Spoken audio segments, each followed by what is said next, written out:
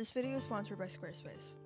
This is a quiz to find out if you'd survive being hunted in the wilderness. This quiz does not use movie logic, but instead real escape and evasion tactics drawn from SERE training, tracking manuals, and survival psychology. It's 22 questions long. Some of the questions are straightforward, most of them are not. For each question, you'll get 4 options, and I'll give you a moment to choose what you would do, and then I'll reveal the correct answer, and I'll also explain why the other options would have gotten you caught, cornered, or worse. Keep track of your score as you go along. You get 1 point per correct answer, and at the end, I'll tell you if you would have escaped, or if you were just delaying the inevitable. So without further ado, let's begin. You wake in the woods. No memory of how you got here, just a pounding head and the distant sound of birds. Your phone is gone. No bags. You're wearing clothes that aren't yours, or if they are yours, you don't recognize them. You check your surroundings. About 30 feet away, you see a boot print in the mud. It's deep, fresh, and facing toward you. Nearby, there's a broken branch at shoulder height, too clean to be damaged by wind. And then, you hear it. A distant snapping of twigs. Not casual, not aimless, deliberate. And that's when it hits you. Someone is tracking you. And they know you're awake. You hear more movement. Not close, but not far. You have maybe 20 seconds before your last known position is compromised. The forest terrain around you is mixed. Pine needles, exposed rock, a creek downhill, and a nearby gravel trail. What do you do to first break the line of sight and begin evading? Option A, head straight downhill into the creek and follow it downstream, walking into water. Option B, scramble uphill over rocky terrain to higher ground and observe from concealment. Option C, follow the gravel trail briefly, then veer off into brush and double back. And option D, use the pine needle ground to create distance silently, weaving through cover. So the correct answer here is option A, head straight downhill into the creek and follow it downstream, walking into water. So the reason this is the right answer is because walking into water is a classic evasion technique taught in SERE training to mask scent and footprints. It also makes directional tracking significantly harder, especially in shallow, moving creeks. Moving downhill also adds natural cover and speed, and water helps throw off both humans and dogs. Option B, scrambling uphill and observing, is not the best choice because even though you gain visibility, which is good for observing, it's not great for escaping as you move slower uphill and you also risk your silhouette being exposed. Option C, following the gravel trail briefly, then veering off into brush and doubling back, is also wrong because trails are obvious and easy to track on, and doubling back risks reinterception if anyone looking for you anticipates you'll try and evade them. Option D, using the pine needle ground to create distance, is not incorrect, but it's also not the best option here. So even though this is quiet, which is an advantage, it doesn't hide your trail or scent like water does. So you've put some distance between you and the initial sight. But then you remember something. Dogs. They don't just track by sight. If whoever is tracking you has a dog, you're leaving a trail with every step. You look around you and you have access to mud, a stagnant pool of water, and decaying vegetation nearby. What's your best option to reduce your scent trail?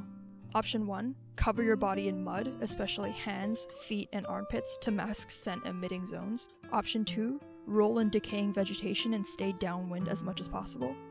Option 3, use stagnant water to soak clothes and your skin and then move into higher elevation. Or option 4, alternate between dense brush and open rocky terrain to break scent continuity. So the correct answer here is option A, cover your body in mud.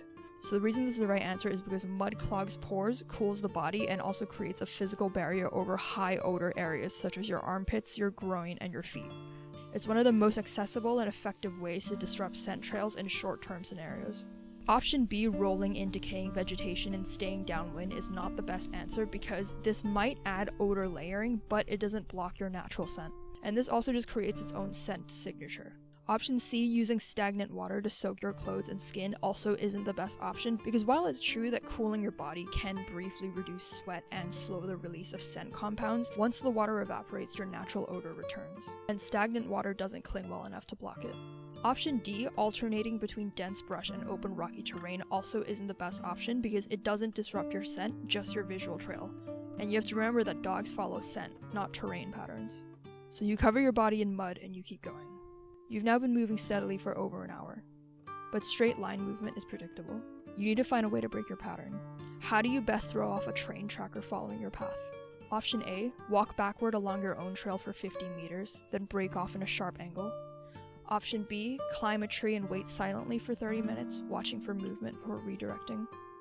Option C, make a false trail with broken branches leading towards a visible path, then divert silently. Or option D, circle around and cross your own trail at a perpendicular angle to confuse tracking. So the correct answer here is option C, make a false trail with broken branches leading towards a visible path and then diverting silently. So before I explain why this is the correct answer, I do have a disclaimer that yes, obviously a trained tracker can recognize a false trail, but recognition still takes time, and they still have to check it before discarding it. Out of your 4 options, this still creates the greatest delay with the least risk. By pushing a clear trail towards an obvious escape route and then breaking off, you're still buying yourself minutes for them to confirm.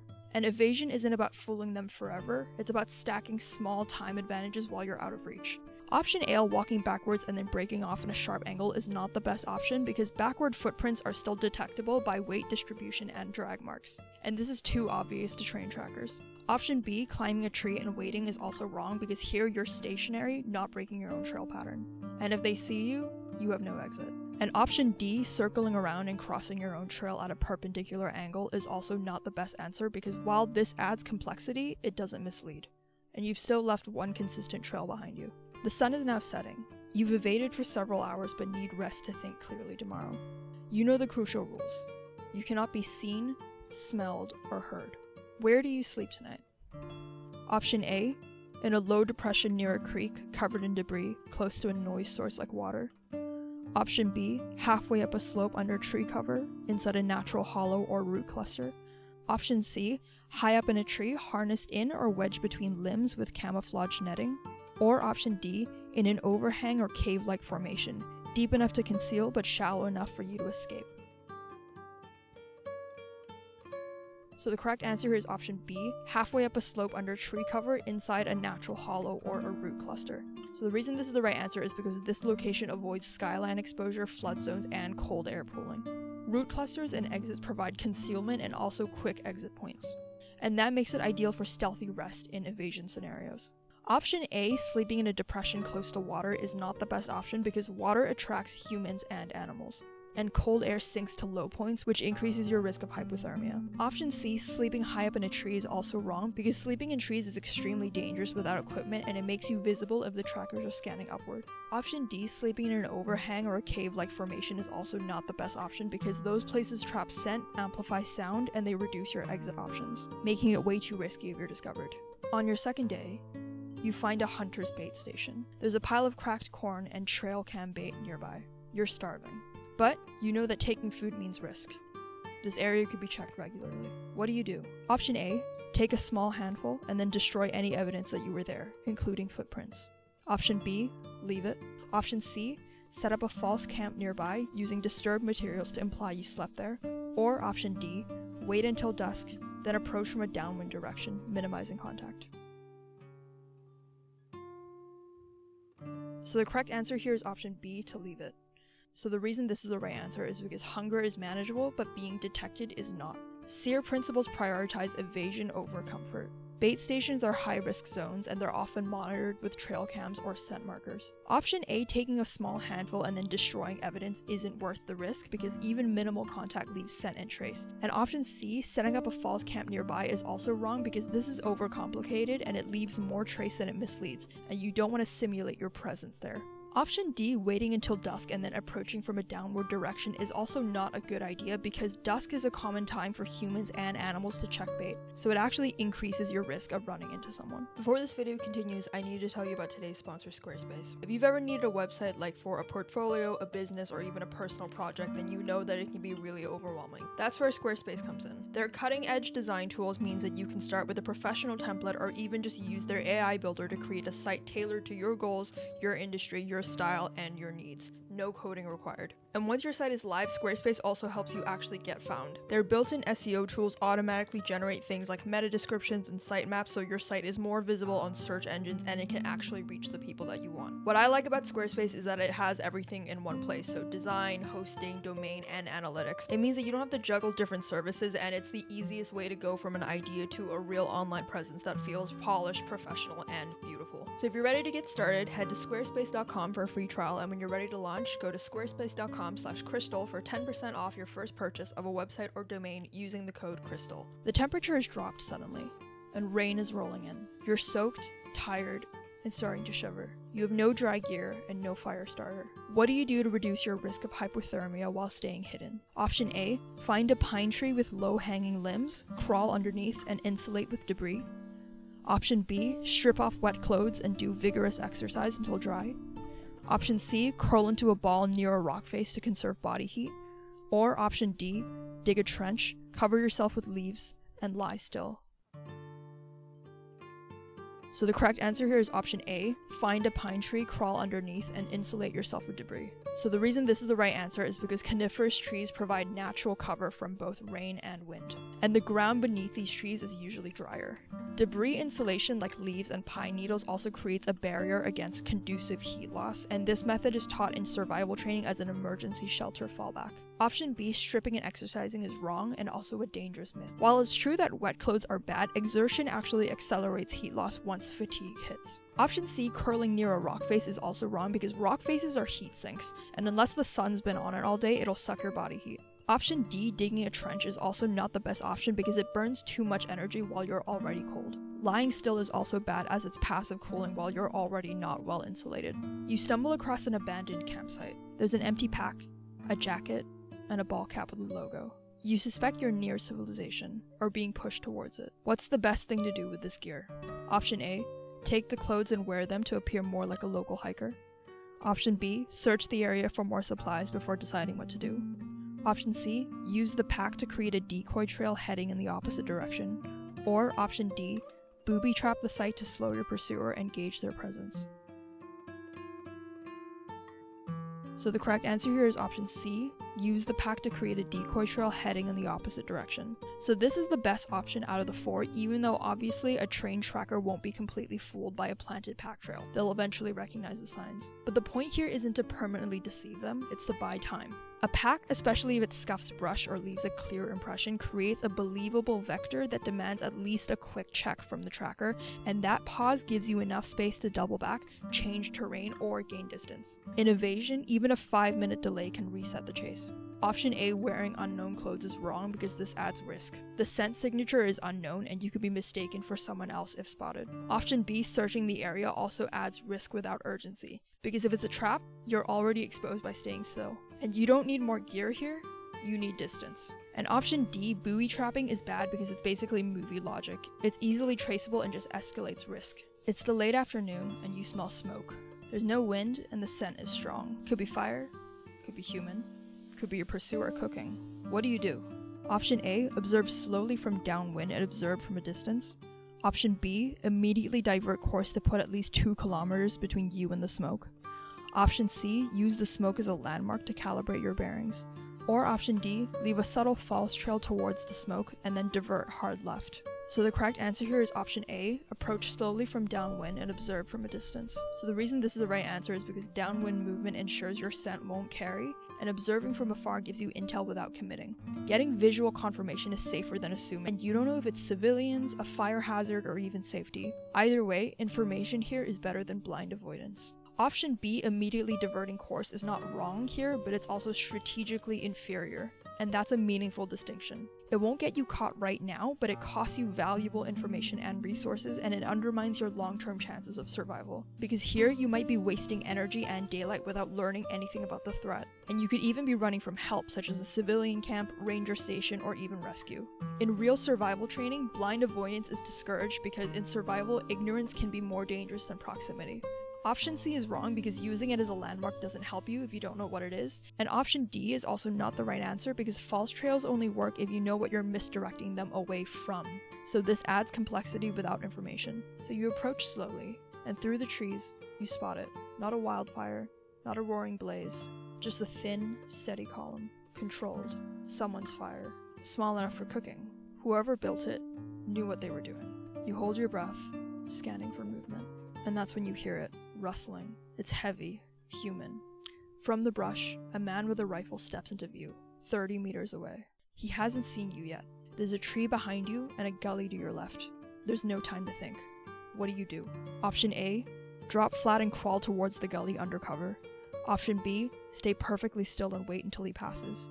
Option C, move behind the tree and assess from partial cover. Or option D, toss a rock in the opposite direction and flee while he's distracted. So the correct answer here is option B, stay completely still and blend into the cover. So the reason this is the right answer is because movement draws the human eye faster than anything else. If he hasn't seen you yet, your best option is to remain absolutely still in a natural position. Unless he's using thermal imaging, stillness in shadows or foliage is often more effective than trying to scramble for cover after you've already been spotted. SERE training emphasizes that the less you move, the harder it is to separate you from the background. Option A, crawling away, might feel safer because you're lowering your profile, but this creates noise and movement at ground level, like rustling leaves, snapping twigs, and shifting brush. If he's scanning, that subtle motion is exactly what'll give you away, and you're better off being motionless and blending into the environment than risking the sound and movement of a slow retreat. Option C, bolting to the tree, might seem like a quick fix for cover, but lateral or sudden movement is also one of the easiest things for people to notice. Even if the tree shields you once you reach it, the movement getting there will almost guarantee he sees you. In evasion, moving late is often far more dangerous than not moving at all. And option D, tossing an object to make a distraction, can work in some contexts, but it's extremely risky. If the man is cautious, and anyone moving with a rifle in the woods usually is, he won't dismiss the noise. He'll become more alert and start actively scanning for what caused it. In survival training, this is called a stimulus search. Once someone is triggered, they look harder, not less. A false distraction when you're already undetected often just puts a spotlight on the area you're in. So you freeze, every muscle locked, while the man scans the tree line. Seconds feel like minutes. Finally, he shifts direction, adjusting his rifle, and he drifts back into the brush. You wait, long after he's gone, until the woods settle again. No sound, but the steady pulse of your heartbeat. Before this video continues, I just want to let you know if you want to get a digital copy of this quiz or my quiz on whether or not you'd survive a zombie apocalypse, you can now do so at my shop. So if you want an easy copy of this to show to friends, maybe at a dinner party, board game night, then the link is up there and it's also in the description. When you move on, the terrain betrays you. The tree's thin, the cover breaks.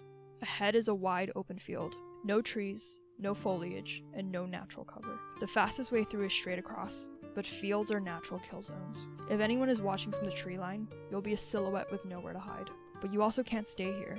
You have to cross. But how? Option A, sprint across immediately in a straight line, speed over stealth.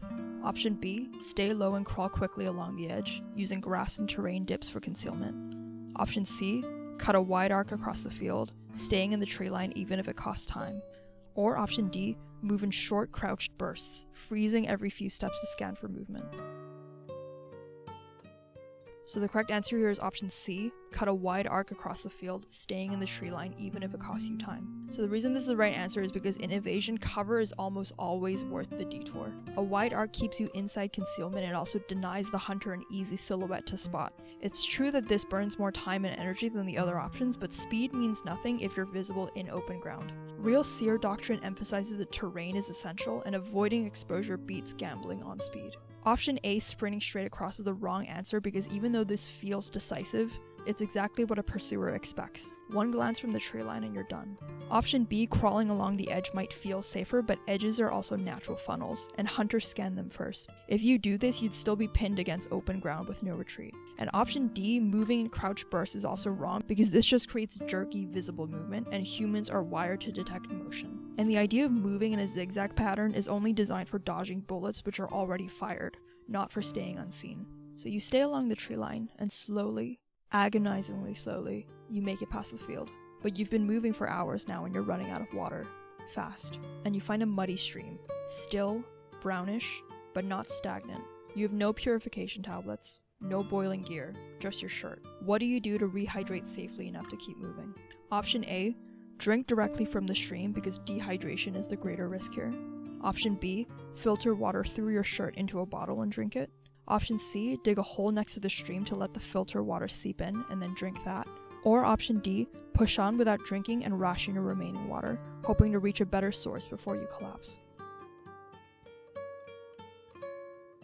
So the correct option here is option C, dig a hole next to the stream to let filtered water seep through and then drink that. So the reason this is the right answer is because this lets ground sediment filter the water before it reaches your container. It doesn't remove microbes, but it's safer than direct consumption, and it can make the difference between debilitating illness and staying functional. Option A, drinking directly, is the wrong answer because untreated water almost always carries parasites and microbes. You might get lucky once, but more often than not, this means violent illness within hours: diarrhea, cramps, dehydration. Option B, shirt filtering, is also wrong because this only removes debris, not bacteria. And option D, rationing your water, is not the best answer because this only works if you know a safer source lies ahead. In this scenario, that knowledge isn't guaranteed. Betting on it risks collapse before you ever find it. You hear human voices up ahead. One male, one female. Close enough to catch the words, but not close enough to see. The man says, "He couldn't have gone far," and the woman replies, "Then spread out." How do you respond to this threat? Option A, freeze and silently listen to gauge numbers and distance. Option B, immediately backtrack and take a wide arc around them. Option C, make noise in the opposite direction to bait them away. Or option D, climb a tree or rise to observe them without being seen. So the correct answer here is option A, freeze and listen silently to gauge numbers and distance. So the reason this is the right answer is because stillness is your least detectable state. SERE training emphasizes information before movement. By listening, you confirm at least two pursuers, their intent, and the fact that they're actively tracking. You also learn spacing. They're splitting up, which means you can predict their search grid and avoid blundering into it. Option B, backtracking, is the wrong option because while this feels safe, it's also noisy and blind. You could stumble right into the flank of their search pattern. Option C, noisemaking, is also wrong because this only escalates the chase, and you turn evasion into a manhunt. Option D, climbing a tree, is also not the right answer because while this gives you visibility, it also traps you if they move underneath, and dry branches can give you away. So you stay frozen, counting the seconds until the voices drift away. When you move again, you notice something small. A cigarette butt. Still damp, but not washed out by the rain. Someone's been here recently. Close enough that you can't tell if they're ahead of you or circling back. And even though the voices fade, your unease doesn't. You glance down and you notice the mud clinging to your boots. Every step behind you is stamped clear as a trail sign. If they were close enough to hear, they were also close enough to see this. How do you break your trail most effectively now? Option A, start walking on rocks and fallen logs only. Option B, use large leaves or cloth to brush away prints as you go. Option C, cover your prints with dirt and pine needles every few steps. Or option D, double back and cross your own trail at an angle and then shift terrain. So the correct answer here is option D, double back and cross your own trail at an angle and then shift terrain. So the reason this is the right answer is that even though this might seem at odds with earlier advice about building false trails, the difference here is distance. When you had space, a false trail was useful because it bought you time, and the tracker would burn minutes chasing a decoy while you were able to slip away. Here though, the hunters are close enough that hesitation might mean capture. So you can't afford theatrics. You need an immediate break in your trail that forces them to stop and rethink. Doubling back in an angle does exactly that. It cuts the rhythm and it also erases the arrow of your direction. In SERE training, that kind of sharp displacement is how you shake pursuit when time is short. Option A, walking on rock or logs, is not the best option because this is only good if you haven't already left a trail. This doesn't erase what's behind you. Option B, brushing, is not completely wrong, but it's not the best answer because it's time consuming and leaves more signs of human activity. While brushing does erase prints, at least superficially, it's not the best choice because it creates a different kind of trail, such as uniform swipes, broken vegetation, or unnatural leaf scatter. A train tracker will notice the brush marks as a bigger sign than the footprints. It's also, most importantly here, slow, and again, time is exposure. And option C, covering prints, is not the right answer because it's tedious and rarely foolproof, especially to train trackers. Unlike brushing, which could fool someone temporarily, covering with debris is a classic mistake. It signals that you're trying to hide something, and to a tracker, that's better than footprints. So you double back and cross your own trail at an angle. You cover some ground, but paranoia lingers. If there are prints this clear here, then there are prints this clear everywhere. You keep moving, watching every step, until the trees thin and you catch sight of it. A small cabin, tucked back in the clearing. A steady thread of smoke rising from its chimney. Shelter. Maybe safety. Or maybe exactly the kind of place someone like you would stumble across.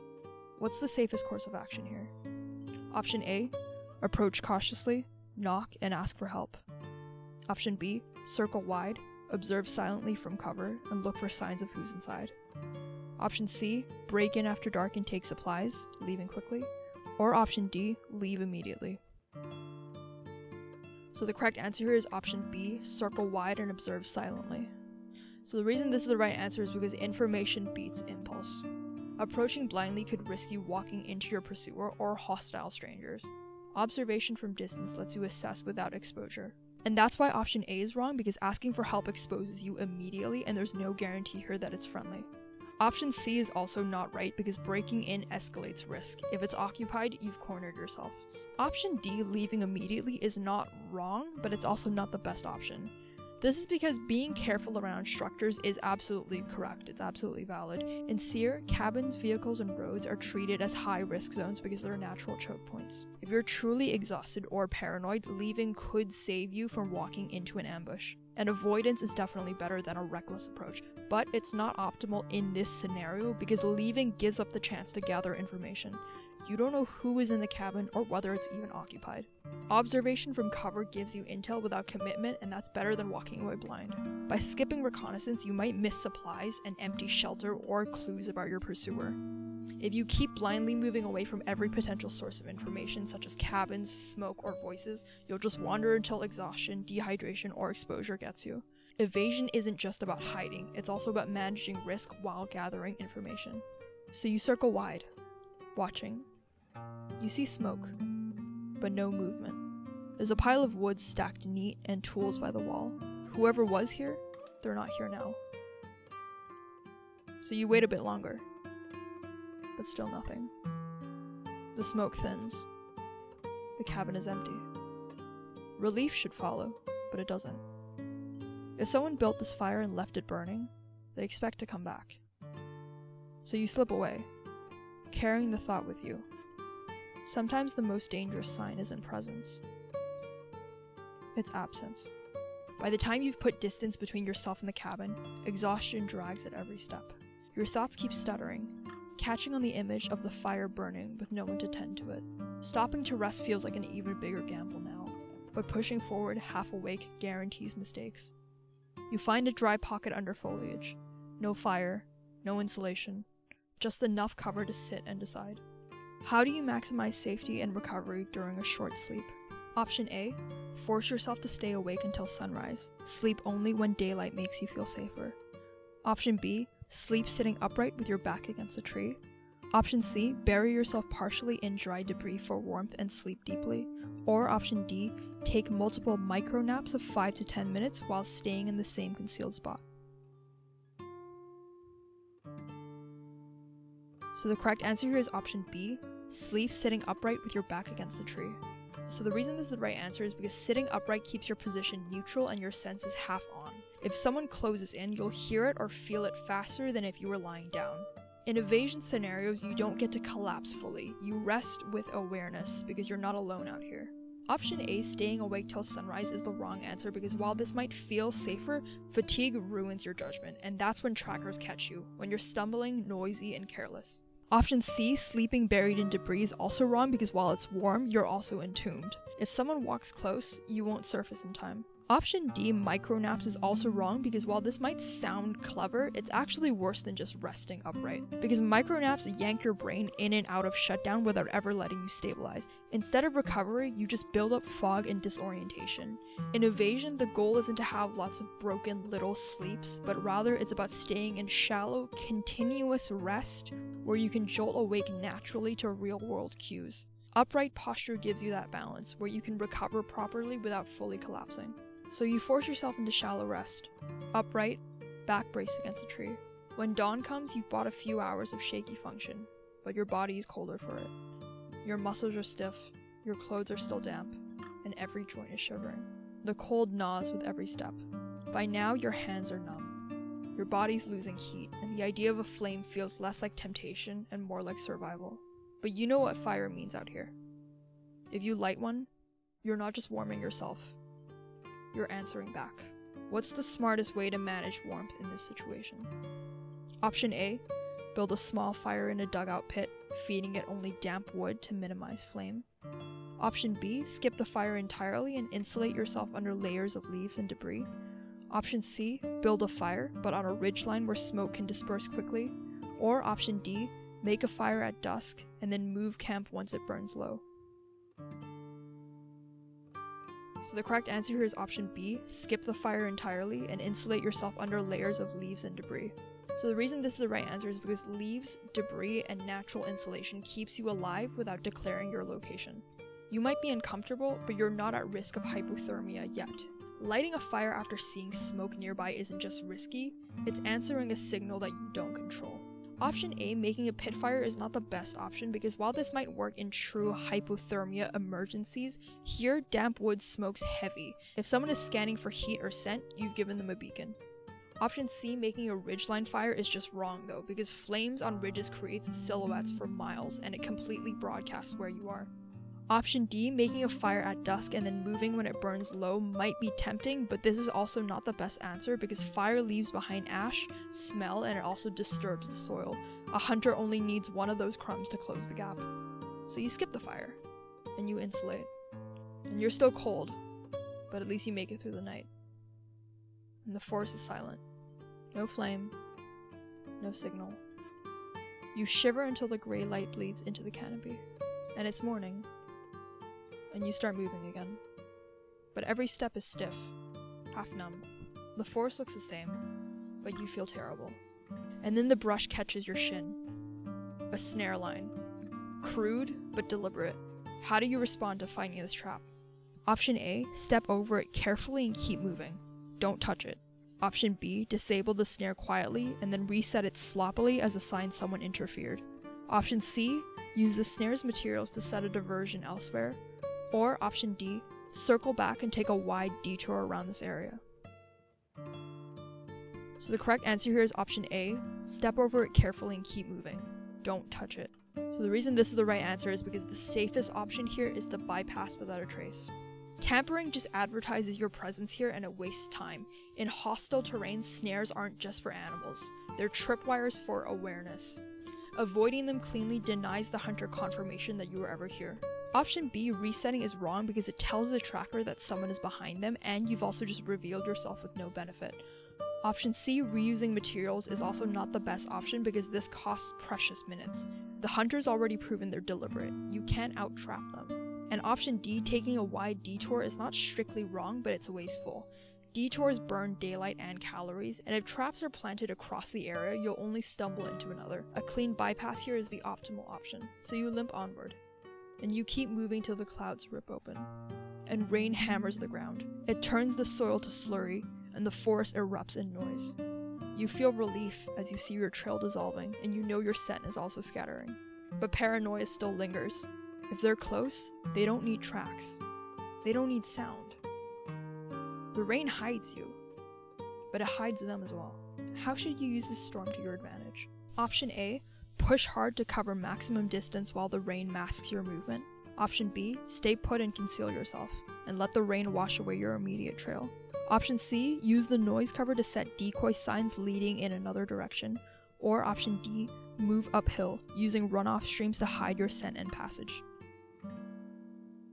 So the correct answer is option A, push hard to cover maximum distance while the rain masks your movement. So the reason this is the right answer is because rain isn't just cover, it's your only window against someone who's anticipating your moves. Every track is smeared away in the rain. Moving hard now forces the hunter to recalculate from scratch, breaking whatever pattern they think you're on. Option B, staying put, is wrong because the storm erases your immediate trail, but it doesn't reset the search. Hunters close distance sector by sector. If you waste the storm standing still, then you trade your biggest advantage, mobility under cover, for temporary comfort. Option C, setting a decoy, is also wrong because this is basically pointless here. The rain erases trails for both of you, so detour false signs won't be effective here. And option D, moving uphill, is also wrong because it's just wasted energy. The rain already gives you maximum cover, so extra effort just slows your escape and gives the hunters time to reposition. So you push ahead, aiming to maximize distance. The rain keeps hammering down, and for a moment, it feels like the cover will last. But of course it never does. When the storm thins to mist, every sound carries sharper, and that's when you hear it. A flock of birds burst from the tree line ahead, their wing beats frantic. It could be you they're reacting to, could be someone else. Birds don't lie, they react. Something moved close enough to spook them. How do you interpret and act on this? Option A, freeze immediately, assume they were reacting to you, and hold until quiet. Option B, use the distraction to sprint farther while their noise covers you. Option C, circle carefully towards the disturbance to see if another human caused it. Or option D, backtrack silently to put more distance between you and the point of disturbance. So the correct answer here is option A, freeze immediately, assume they were reacting to you, and stay quiet. So the reason this is the right answer is because birds are some of the oldest tracking alarms in the world. By freezing, you avoid compounding the disturbance and you buy yourself time to assess whether the birds were reacting to you or something else. In evasion, every noise is doubled, your sound and the force reaction. Staying still lets you separate the two. Option B, sprinting, is the wrong answer because it just doubles down on noise. Here, you don't just scare the birds, you confirm your exact position. Option C, circling in, is also wrong because if it wasn't you that made the noise, you're walking into their approach vector. And option D, backtracking, is wrong because this wastes time and energy and it still doesn't tell you who triggered the birds.